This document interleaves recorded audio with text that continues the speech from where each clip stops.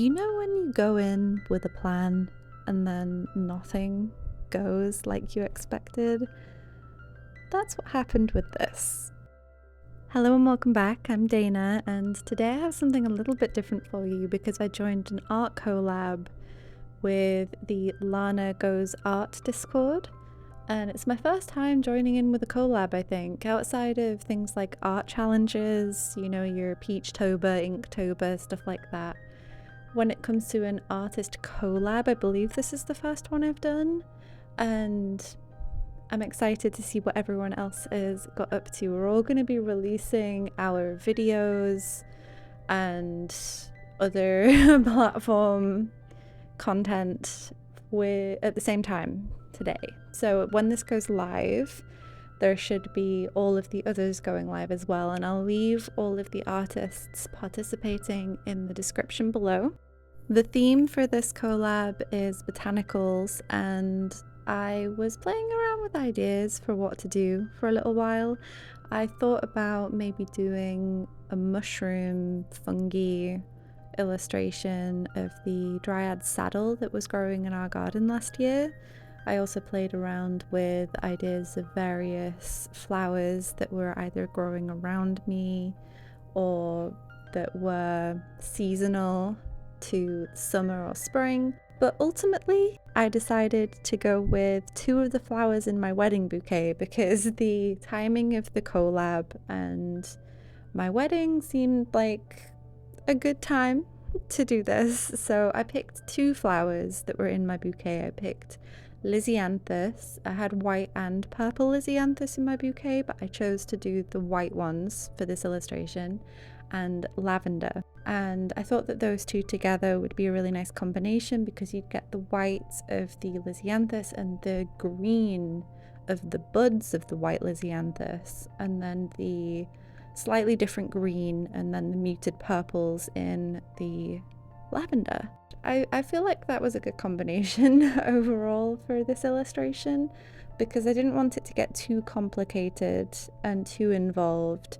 I'm not sure how everyone else is approaching this challenge or not challenge, but collab, because some people might be doing just one type of flower, other people might be doing leaves and various other things, but some people might be combining multiple different kinds, and then some people might be doing just the one. I don't know yet, we'll see. I think everyone's leaving it as a surprise for each other, which will be very exciting to look and see what each person's been up to. But for mine, I decided that I wanted to do ink and watercolour, and I wanted to work on hot press paper, and I decided that I would use one of the watercolour boards that I picked up recently that was in like a try me pack. It's the Crescent hot press watercolour board. It's 100% cotton paper, and I struggled. This was where the unexpected issues came up, because I've painted on the cold press boards recently and I had a really good time on them, and I didn't have the issues that came up with this one. The main thing that happened is that once I put down paint on an area and then let it dry, wherever had been painted previously, even once dried, the fibers would act differently when new layers were put on top. And that was a real problem for creating crisp edges for things like shadows.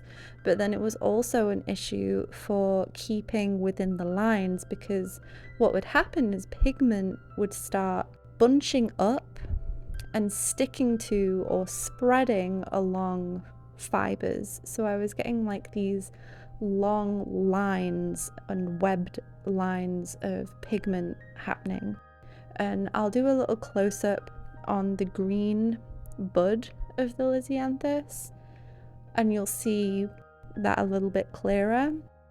But that's also why I ended up changing my approach to this, because in the moment I had to try and fix what had already happened, and then also adjust and pivot on how I wanted to do the illustration moving forward.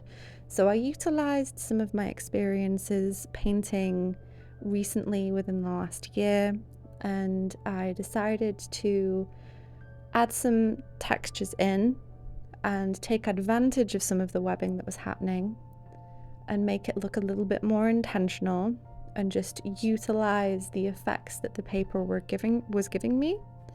But then when it came to things like creating soft gradations and crisp edges on shadows, I decided to do that with color pencil on top instead.